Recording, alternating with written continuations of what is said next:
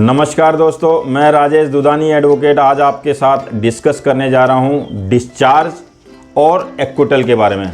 दोस्तों, कई बार ये कन्फ्यूज़न हो जाता है कि किसी भी व्यक्ति को डिस्चार्ज कर दिया गया है तो वो एक्विटल हो गया है, यानी कि किसी व्यक्ति को डिस्चार्ज करना एक्विटल माना जाता है, लेकिन ऐसा नहीं है। डिस्चार्ज जो है वो अलग है और एक्विटल अलग है। डिस्चार्ज को डिफाइन किया गया है सेक्शन 245 CRPC में। दोस्तों, डिस्चार्ज होता क्या है? डिस्चार्ज क्या है कि मान लीजिए अगर कोई चार्जशीट फाइल की जाती है और चार्जशीट फाइल होने के बाद में कोर्ट में जब चार्ज पे आर्गूमेंट होते हैं और कोर्ट को प्राइमा फेसाई ऐसा लगता है कि इस व्यक्ति के ऊपर में जो भी चार्जेस लगाए गए हैं वो चार्जेस निराधार है, यानी उनका कोई आधार नहीं है, और कोर्ट को ये पूरी तरह से आश्वस्त होना पड़ता है कि जो भी चार्जेस चार्जशीट में सेक्शन 173 CRPC के तहत लगाए गए हैं वो चार्जेस आगे जाके प्रूफ नहीं होने वाले हैं। उनके सपोर्टिंग में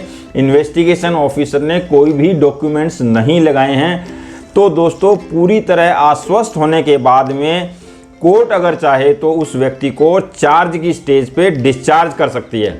इसमें एक बहुत महत्वपूर्ण बात यह है कि अगर ट्रायल के दौरान या फिर ट्रायल खत्म होने के बाद भी इन्वेस्टिगेशन ऑफिसर्स को जिस व्यक्ति को डिस्चार्ज किया गया है उस व्यक्ति के बारे में कुछ ऐसा क्लू मिलता हो या कोई ऐसा प्रूफ मिलता हो जो इस बात को साबित करता है कि वो व्यक्ति इस पर्टिकुलर ऑफेंस में शामिल था, तो दोस्तों फिर से वो व्यक्ति जो आईओ है वो कोर्ट में सप्लीमेंट्री चार्जशीट फाइल कर सकता है उस व्यक्ति के बारे में जिसे डिस्चार्ज किया गया था।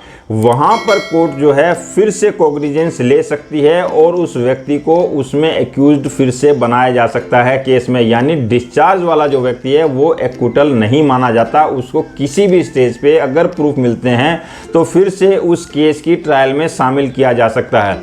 लेकिन दोस्तों, जो एक्विटल है वो ट्रायल कंप्लीट होने के बाद में दोनों साइड से गवाहियाँ प्रस्तुत करने के बाद में क्रॉस एग्जामिनेशन होने के बाद फाइनल आर्गूमेंट्स के बाद में कोर्ट जो है अपना जजमेंट प्रोनाउंस करती है, और कोर्ट जजमेंट प्रोनाउंस करने के दौरान अगर ये पाती है कि जिस व्यक्ति के ऊपर में चार्जेस फ्रेम किए गए थे वो व्यक्ति निर्दोष है और प्रोसिक्यूशन उस व्यक्ति के बारे में किसी भी तरह का सबूत कोर्ट में पेश नहीं कर सका है, तो कोर्ट उस व्यक्ति को एक्विटल कर देगी। और अगर मान लीजिए उस व्यक्ति के अगेंस्ट में प्रोसिक्यूशन ने सबूत पेश किए हैं तो फिर वहाँ पे कन्विक्शन हो जाएगा।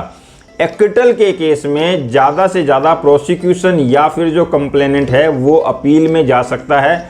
अपील में जाने के लिए उसके पास में राइट्स हैं, लेकिन वो ट्रायल दोबारा नहीं होती। रेयर केसेस में अगर अच्छी अदालत ये समझती है तो रीट्रायल का ऑर्डर कर सकती है, अदरवाइज वो एक्विटल की सिर्फ और सिर्फ अपील ही उसके पास में रेमेडी है। वहाँ पे वो एक्विटल जो है अपील से ही फाइनल हो जाएगा। तो इस तरह से एक्विटल के केस में एक बार व्यक्ति अगर एक्विट हो गया तो फिर फर्दर उसके ऊपर में किसी भी तरह की दोबारा उस केस में कोई जांच नहीं हो सकती। लेकिन डिस्चार्ज के केस में अगर नए तथ्य सामने आते हैं तो फिर जांच हो सकती है। तो बेसिक डिफरेंस ये है कि डिस्चार्ज के बाद में दोबारा भी ट्रायल हो सकती है, एक्विटल के बाद में ट्रायल नहीं होती और वो जजमेंट फाइनल माना जाता है, यानी वो व्यक्ति दोष मुक्त माना जाता है। तो दोस्तों, ये था एक छोटा सा डिस्कशन डिस्चार्ज और एक्विटल के बारे में। अगले वीडियो में फिर किसी नए टॉपिक के साथ मिलेंगे। तब तक के लिए नमस्कार, धन्यवाद।